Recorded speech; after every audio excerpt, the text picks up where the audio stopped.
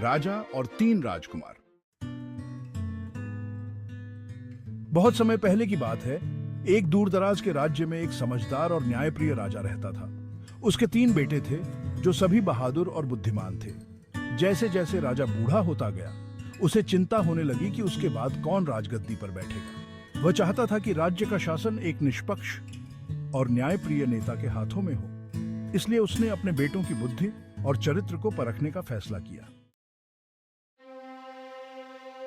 राजा ने अपने तीनों बेटों को बुलाया और कहा, मेरे प्यारे बेटों, मैं बूढ़ा हो गया हूं और अब समय आ गया है कि मैं आप में से एक को अगले राजा के रूप में चुनूं। लेकिन इससे पहले कि मैं अपना फैसला करूं, मैं आपकी बुद्धि और चरित्र की परीक्षा लेना चाहता हूं। मैं आप में से हर एक को बीजों की एक थैली दूंगा। तुम्हारा काम है कि इन बीजों को बो और 1 साल के भीतर मुझे सबसे सुंदर और फलदार पेड़ लाकर दिखाओ। जो सबसे अच्छा पेड़ उगाएगा वही अगला राजा बनेगा। तीनों राजकुमारों ने इस चुनौती को खुशी खुशी स्वीकार किया और बीज बोने निकल पड़े। सबसे बड़ा राजकुमार, जो अपनी क्षमताओं पर बहुत भरोसा करता था, उसने अपने बीजों को सबसे उपजाऊ मिट्टी में बोया। वह रोजाना उनकी देखभाल करता, उन्हें सही मात्रा में पानी और धूप देता।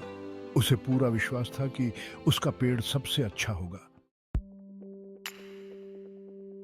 सबसे छोटा राजकुमार अलग था। उसने बहुत ध्यान से अपने बीजों को बोया, लेकिन चाहे उसने कुछ भी किया, बीज अंकुरित नहीं हुए। उसने हर संभव कोशिश की, पानी देना, खाद डालना, यहां तक कि बीजों को गाना भी सुनाया, लेकिन कुछ भी काम नहीं आया। दिन ब दिन वह देखता रहा कि उसके भाइयों के पेड़ बड़े और मजबूत होते जा रहे हैं, जबकि उसके बीज जमीन में निष्क्रिय पड़े रहे।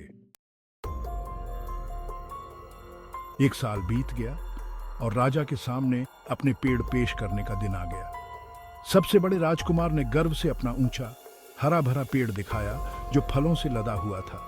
दूसरे राजकुमार का पेड़ भी प्रभावशाली था, हालांकि वह उसके बड़े भाई के पेड़ जितना भव्य नहीं था। सबसे छोटा राजकुमार, हालांकि खाली हाथ और भारी दिल के साथ, अपने पिता के पास आया। राजा ने सबसे छोटे राजकुमार से कहा, मेरे बेटे, तुमने अपने भाइयों की तरह मुझे एक पेड़ क्यों नहीं दिया? सबसे छोटा राजकुमार अपने पिता के सामने झुक गया और कहा, पिता, मैंने आपके दिए हुए बीज बोए और उन्हें उगाने की पूरी कोशिश की, लेकिन वे कभी अंकुरित नहीं हुए। मुझे खेद है कि मैं आपको निराश कर गया। राजा ने अपने सबसे छोटे बेटे को देखा और मुस्कुराया। मेरे प्यारे बेटे, उन्होंने कहा, तुमने मुझे निराश नहीं किया। वास्तव में तुम इस परीक्षा में सफल हुए हो। 2 बड़े राजकुमार हैरान थे। ये कैसे हो सकता है? उन्होंने पूछा। हम दोनों ने सुंदर पेड़ उगाए हैं और हमारे भाई के पास कुछ भी नहीं है। राजा ने उत्तर दिया, मैंने जो बीज तुम लोगों को दिए थे वे उबाले हुए थे और उनमें अंकुरण की कोई संभावना नहीं थी। मैं देखना चाहता था कि तुम इस चुनौती का सामना कैसे करो। तुम्हारे छोटे भाई ने ईमानदारी दिखाई और अपनी असफलता स्वीकार की, जबकि तुम दोनों ने मुझे धोखा देने की कोशिश की और ऐसे पेड़ प्रस्तुत किए जो मैंने दिए गए बीजों से नहीं उगाए थे। राजा सबसे छोटे राजकुमार की ओर मुड़ा और कहा, तुमने ईमानदारी, सत्यनिष्ठा और सत्य का सामना करने की तत्परता दिखाई है, भले ही वह कठिन क्यों ना हो। यही एक सच्चे नेता के गुण हैं।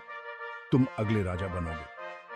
सबसे छोटे राजकुमार का राज्याभिषेक किया गया और उसने निष्पक्षता और समझदारी के साथ राज्य पर शासन किया, हमेशा इस बात को याद रखते हुए कि उसके पिता ने उसे ईमानदारी और सत्यनिष्ठा के बारे में क्या सिखाया था।